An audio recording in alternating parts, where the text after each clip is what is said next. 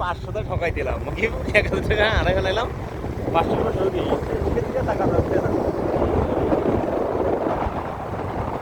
আবহাওয়াটা সেই না। আসসালামু আলাইকুম, হ্যালো বন্ধুরা, সবাই কেমন আছেন? ঘুরতে চলে আসলাম 3 বন্ধু 300 ফিট পূর্বাচল।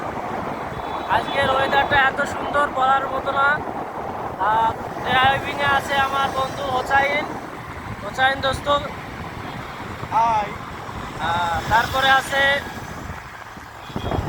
মাহমুদুল খন্দকার। তারপরে আমার পরিচয় না দিলাম।